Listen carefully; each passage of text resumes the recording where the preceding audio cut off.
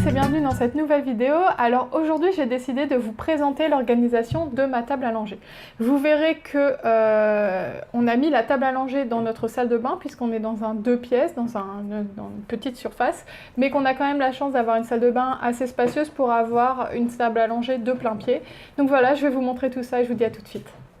Alors voilà, je vous fais rentrer dans ma salle de bain avec la table à langer qui se trouve ici. Voilà. Ah, je vais commencer par ce qui se trouve ici. Donc ici, on a un petit panier qui est très bien parce qu'il est souple. Je l'ai eu chez Maison du Monde et en fait, c'est vraiment important pour moi d'avoir un panier souple parce que ma fille se cogne souvent la tête dessus.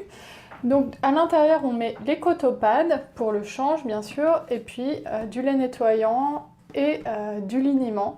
Comme ça, j'ai tout à portée de main et c'est vraiment très pratique. À côté, j'ai son petit parfum, l'eau de chlorane que je lui mets parfois sur ses vêtements. Ensuite, à ce niveau-là, j'ai vraiment des éléments que j'ai trouvé très pratiques, que j'ai eu chez Leroy Merlin. Ça coûte une dizaine d'euros. Et en fait, quand on est en location, vous savez, on ne peut pas trop percer ou alors il faut reboucher et ça coûte de l'argent ensuite, etc. Et donc ça, c'est complètement autocollant et ça tient quand même plutôt bien. Donc j'ai pu mettre pas mal de choses pratiques ici. Parce que c'était vraiment important pour moi d'avoir beaucoup de choses à portée de main quand on change un bébé. C'est déjà assez compliqué comme ça quand il bouge de partout sans qu'on ait forcément besoin de chercher partout les affaires. Donc ici, il y a tout ce qui est un petit peu médical, il y a de la biceptine, il y a ce que j'utilisais pour sécher son cordon, et qui peut encore me servir parfois quand elle a quelques petites rougeurs, la bépantène, des crèmes pour le change, voilà. Ici, j'ai l'eau micellaire que j'utilise pour lui nettoyer la bouche, deux huiles de massage, celle de Mustela et celle de Velleda, et une crème hydratante au Cold Cream. Enfin, ici, j'utilise cet endroit pour mettre les sacs plastiques. En fait, ces sacs plastiques, je les achète au Monoprix. Ça m'évite d'avoir une poubelle à couches parce que même si ma salle de bain est plutôt grande, accumuler ici une poubelle à couches, franchement, ça serait hyper chiant. En plus, j'avais vu que les recharges coûtaient plutôt cher. Donc c'est assez pratique de mettre un petit sac ici que je change très régulièrement. J'ai pas d'odeur, c'est nickel. Alors cette table à langer, elle est vraiment très pratique parce que, alors je l'ai eue chez W9. Elle coûtait, à la base elle est censée coûter 90 €, mais je l'ai eue en solde à 89. Généralement le prix des tables à langer de ce type c'est dans les 90 € à n'importe quel moment. Donc ils ont dit que c'était en solde, mais j'avais surveillé toute l'année et très souvent on peut l'avoir à 90 €. Donc elle est vraiment pratique parce qu'il y a pas mal de compartiments. Donc ici je mets des couches pour avoir accès toujours facilement. Ici j'ai une autre bouteille de liniment qui sert au papa parce que lui il aime bien mettre direct comme dans la culotte comme ça. Il n'a pas envie de s'embêter à étaler. Et là j'ai quelques gels douche que j'utilise à côté pour le bain en fait. Donc j'ai le gel douche de chez Aderma que m'a conseillé Charlène et Thiago, que j'ai pas encore essayé. J'ai un gel douche pour peau très sensible de chez Mustela et j'ai un gel douche bio de chez Natessence que j'utilise en ce moment pour mettre dans l'eau du bain, dans l'eau de rinçage. Parce que celui-là, il est vraiment conseillé, il n'y a aucun ingrédient problématique dans ce gel douche, donc c'est celui que j'utilise toujours pour l'eau de rinçage en fait. Donc vous voyez, ces pochettes-là, c'est vraiment hyper pratique, hein. Franchement, on a beau être dans un espace assez réduit. J'ai quand même de la place. Après, je pourrais en gagner encore plus en retirant ça. J'ai déjà pensé parce que bon, je pourrais m'en passer franchement de ce cas-ci.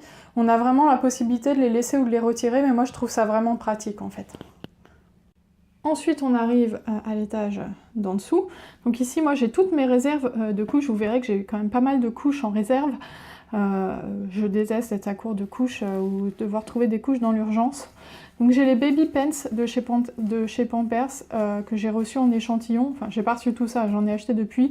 Puis j'alterne avec les Active Fit, les Baby Dry. Franchement, je vois pas trop la différence, à part que les Baby Pants, elles s'enfilent comme une culotte. Je trouve pas ça forcément hyper pratique en soi, mais je suis quand même satisfaite de ces couches. Et ici, j'ai toujours une réserve de couches Nati. Parce qu'en fait, donc c'est des couches à moitié écologiques, c'est pas vraiment des couches bio, mais c'est fait à partir de matières assez naturelles. Parce qu'en fait, ma fille un jour m'a fait une grosse réaction aux couches Pampers, et j'étais assez contrariée parce que je les trouve vraiment bien ces couches. Et du coup, j'étais passée aux couches Nati qui avaient réglé le problème. Par contre, le problème avec les couches Nati, c'est que l'absorption est vraiment pas bonne et du coup, elle me déclenchait des érythèmes fessiers. Donc, c'était pas forcément mieux, mais au moins, ça enlevait la trace de réaction allergique qu'elle avait aux couches Pampers. Cela dit, maintenant, elle me fait plus du tout de réaction. Donc, je continue les Pampers parce que franchement, j'ai pas trouvé mieux en matière de couches. Et j'ai toujours en réserve ce qui me restait du Nati. Comme ça, si un jour elle me refait une réaction, bah voilà, j'ai toujours de quoi dépanner. Sur l'étage d'en dessous, alors j'ai aussi des couches ici. Ici, j'ai toutes ces capes de bain. J'ai pas mal de capes de bain parce que je les change toutes les semaines. Là, j'ai 2 paniers que m'ont donné mes parents, mais ce type de panier, ça se trouve un peu partout hein, chez Maison du Monde, où je mets tous les stocks de Cotopa. Donc là, il m'en reste presque plus. Généralement, ce que je fais, c'est que j'ai les 2 qui sont remplis, j'en utilise déjà tout un panier en entier. Et quand je vois que j'en ai utilisé un, que je commence l'autre, eh ben, j'en rachète en fait. Comme ça, je suis jamais à court.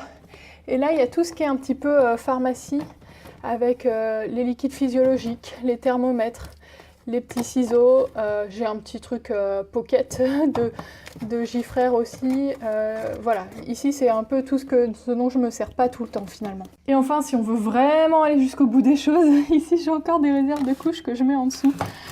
Voilà, quand on est dans des petits espaces, il faut vraiment optimiser. Hein.